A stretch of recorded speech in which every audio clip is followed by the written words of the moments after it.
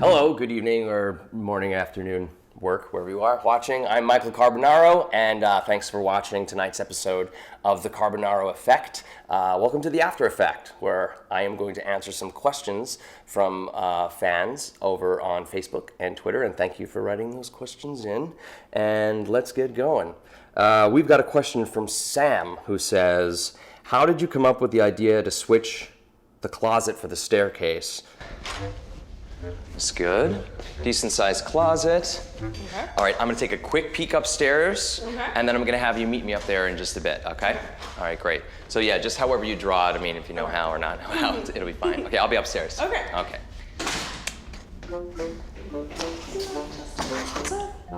That really confused that poor woman. Oh, come on, poor woman. She was a poor woman, a little beggar who came by and we fooled her. No, yeah, how did you come up with the idea is the question. I have the worst sense of direction. I literally could get lost in my house, which is only one room. I get lost in a hotel room. So I kind of sympathize with that feeling of like, where was I? I've done that many times. In fact, one time I actually said goodnight at a party. I'm like, thank you guys so much for having me. I'll see you later. And I opened the closet. And I'm like, but I just want to take this coat with me before I leave. So I've done that before. So it was just sort of a riff on, can we really make someone lose track of their orientation? It's an uncomfortable feeling. It's a weird thing when you're like suddenly like, the rug gets pulled out from under you. And she was just so sweet. She was just baffled. That one shot where she like opens and we had a camera in the closet, so you like see her face. She like makes this like kind of like grim, horrified, like, because it was not where she thought she was. So no, because I thought you went upstairs through that door. Through this door? Yeah. Thomas says, sometimes you don't answer people's questions directly, like the woman who kept asking about the counterbalance weights. You was leaning forward pretty far. Can you usually do that in regular life? I don't know, it just feels like a regular weight to me. How is you leaning so far forward, though? How are you leaning so far forward? Leaning so far forward? Yeah. I don't know, I'm just holding this. Do you enjoy evading their questions? I love evading their questions, yes. I'll teach you a little secret.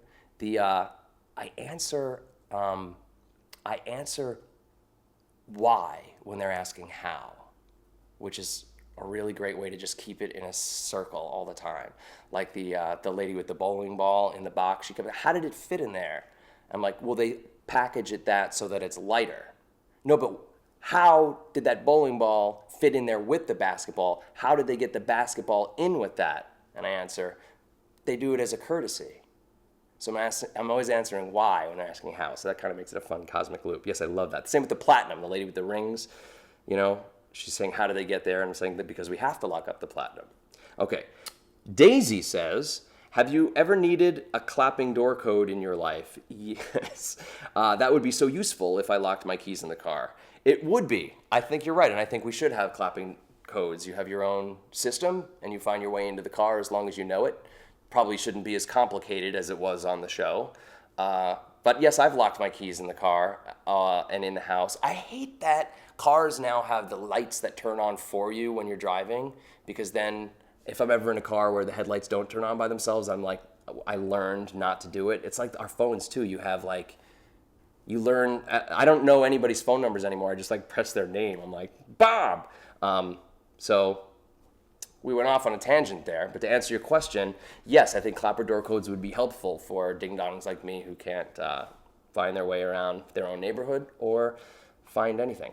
Ta, T.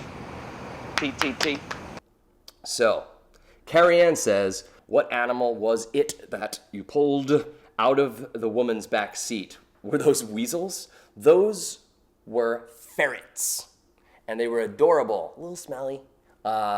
Yeah, they were ferrets, not weasels. They're so sweet and fun to play with, and she freaked out. It was really great. That was really, really fun. There was a ferret alert. It's elevated.